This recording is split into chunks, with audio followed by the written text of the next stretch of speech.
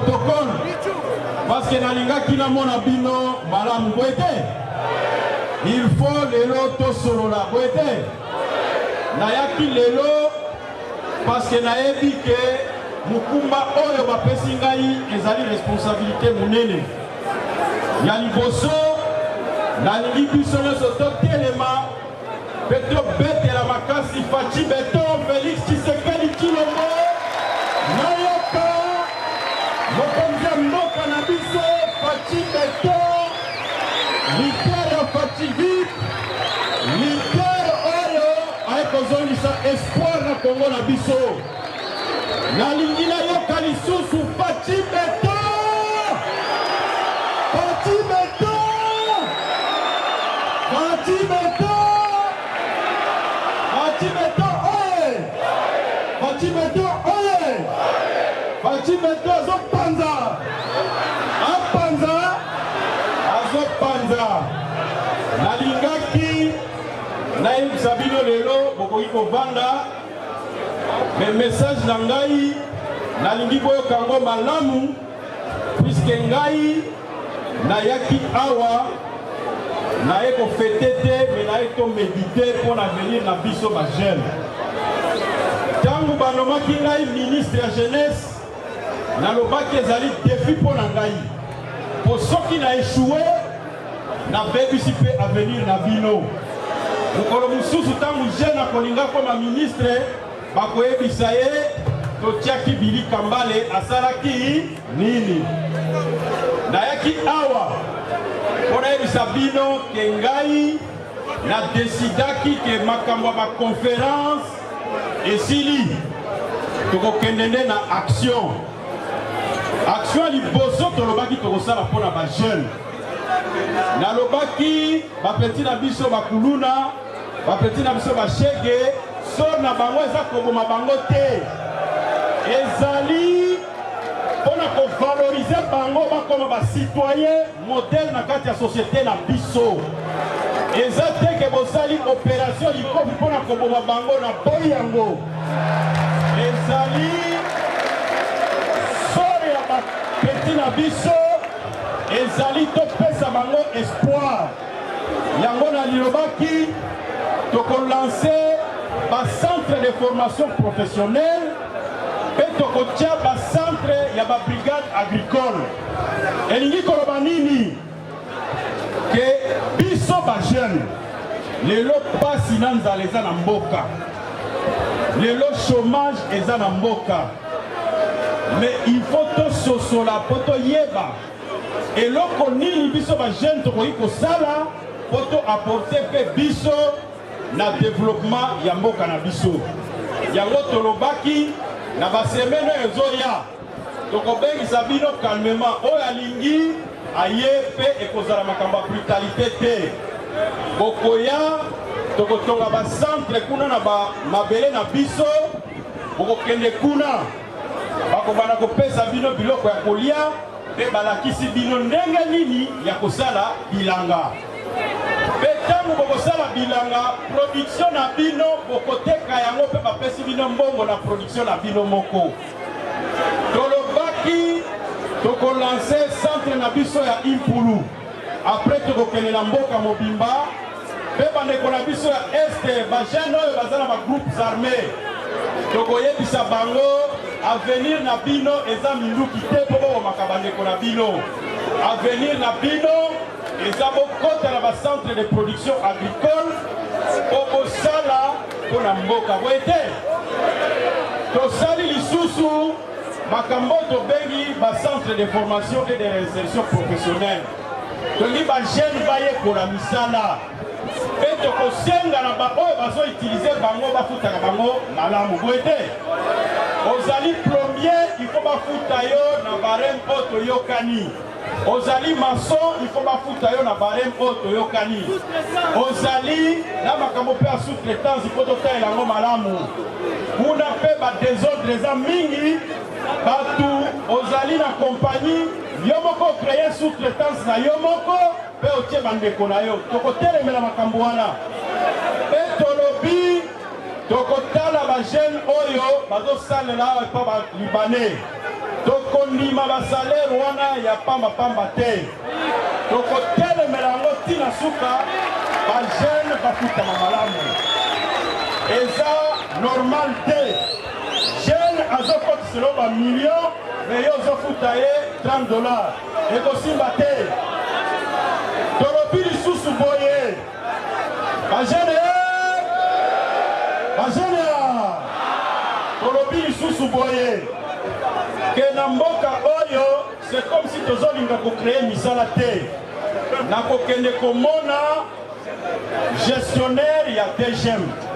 mpe nakoyebisa boye nalobi chaque étranger oyo ayaka na mboka oyo eza normal te baétranger bakumbanaka entre bango tokosenga oye na mboka na biso bazwi jeune batieli yo pembeni alakisa mboka comme ça jeune ase retrouve boye te tokosanga na baétudiant tokoyebisa bango boye ke bino baétudiant soki osilisi bazosenga yo 5 ans d'expérience okindoki te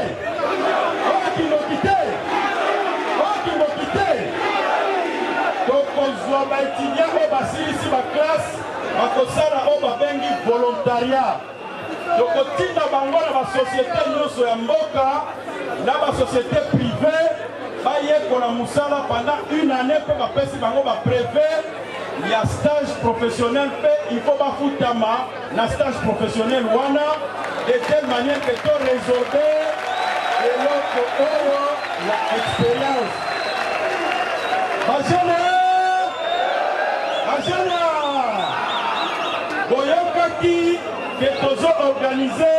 9e G ya francophonie 9e G ya francophonie wana bino bajene nde bokosala na volontariat makambo akimona nkazi eza te po bapesa yo mosala kuna eza tokobengisa bajene nyonso mpe totie bango na volontariat mpo na préparatif mpe exécution ya 9e G ya francophonie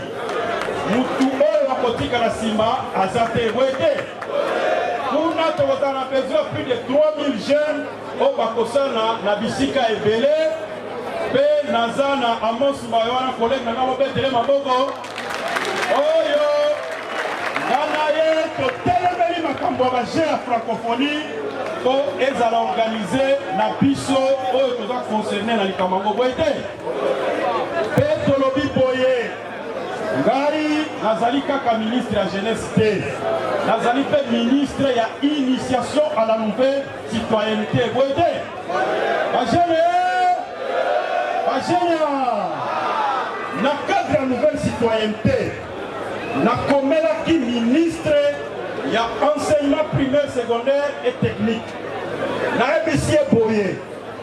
ke biso ntango tozokola ezalaki soki okomi na classe il faut bosala salut au drapeau il faut bosala salut au drapeau il faut boyemba hymne national mpe mokolo école il faut apesa ata 5 minutes ya conscientisation ya jeunesse nambaki bavaler wana eza mabeto malamu mpe nakomelaki ye nalobi makambo wana ifo ezonga na classe parce que citoyen eza te okomi mokolo nde bazali koapprendre yo ndenge ya kovivre na société il faut ebanda depuis le bas âge boye te mpe ministre arepondaki ngai ndeko na ngai bakonga akomelaki basecrétaire général ya ministère mpe ainstruire ye akomela bachef d'établissement nyonso ya mboka maboko mpo na gouvernement mpo cohésion ezali mpe na nouvelle citoyenneté nalobi boye il faut to changer mentalité na biso bandeko na ngai bosoto oyo eza na Kinshasa eske baloka biso toni na gouverneur ya ville alasaki opération Kinbopeto ngai moko nakobana kokita na bakartier mpo biso nyonso tosimplike na makambo ya kolongola bosoto na kati ya ville bajeune oyo batomboli papier na bino na si namoni yango tosololaki déjà na ministre ya communication merci ekozonga émission na bino ekozonga merci nga moko mpe na koya Bajene Tolobi sous boye. Na makambo changement de mentalité, il faut que biso bajene ba kotambola. Nazo condamner ba policier oyo ba bomaki partout. Et na ko tolérer ngo atamuke. Nazo senga na la police ba yeba que nous sommes na bango ezali ko kenga la population et non ko poma ngo bote. Le président de la République Félix Antoine Tshisekedi a téléméli elokwana. Merci Nandenge boyoki ngai malamu nalingaki na pesa bino merci ndenge boye epele pe boye bisabino et tobandi marche vers transformation mboka na biso pour soutenir mokonzi ya mboka Félix Antoine Tshisekedi Tshilombo parce que sans biso ba jeune a réussir mission te mais ceux qui biso nyonso tosimbani maboko pe to soutenir ye na programme na ye na kanisi akolonga pe na sukisi boye ba politicien bofongola matoi boyoka ngai makambo kofingaka bato oke na tourne na yo ofingi mokonzi ya mboka tolingi koyoka ngo eso te botosa mokonzi ya mboka boye te pe bamisusu boyeba komikotisa te na makambo yango to respecte mokonzi ya mboka tosalisa ye parce que makambo ya distraction yango ekomisi biso na niveau oyo boye te soki balingi kotosa mokonzi ya mboka te bakokuta jeunesse na nzela na ye boye te bobeta lisu maboko na mokonzi ya mboka merci nzambe apambola bino merci. Célébrons la journée africaine de la jeunesse. Qu'est-ce que le monde peut retenir par rapport à la dite journée? Merci beaucoup. Aujourd'hui, c'est vraiment une journée très spéciale pour les jeunes. Avec cette manifestation, nous retenons deux choses particulièrement. Aujourd'hui, je me dis que avec l'engagement civique de la jeunesse, le ministère qui dirige, que notre frère, son Excellence Billy Kambale, a pris l'engagement de changer la mentalité des jeunes. Aujourd'hui, engager la jeunesse, c'est les pousser à travailler, à changer, à les intégrer, même pour le développement de notre cher et beau pays. Il faut que les jeunes s'engagent pour l'amélioration et le développement de notre pays. Oui, avec le comportement qui a élu des missiles de la jeunesse congolaise, alors qu'est-ce que vous prévoyez pour vous, en tant qu'autorité de la jeunesse? Qu'est-ce que vous pouvez dire? Quelles sont les stratégies que vous avez arrêtées pour essayer un peu de parler de cette situation? Par rapport à tous ces phénomènes, je salue l'initiative qui est venue de prendre son Excellence M. Billy Kambale, d'intégrer toutes les catégories sociales. Aujourd'hui, vous allez constater lors de son mot d'introduction, il ne veut pas que la jeunesse des œuvres que nous qualifions de Kuluna soit marginalisée. Aujourd'hui, il veut que, au travers de son ministère, que les gouvernements, dans la vision du chef de l'État, que toutes les catégories, toutes les couches sociales, toutes les catégories de la jeunesse se retrouvent, participent activement dans le développement de notre pays. Et dans son allocution, c'est comme s'il est contre tout cela qui arrête le colonna, qui les envoie à Boulot et tout consort. Vous ne voyez pas que c'est une contradiction?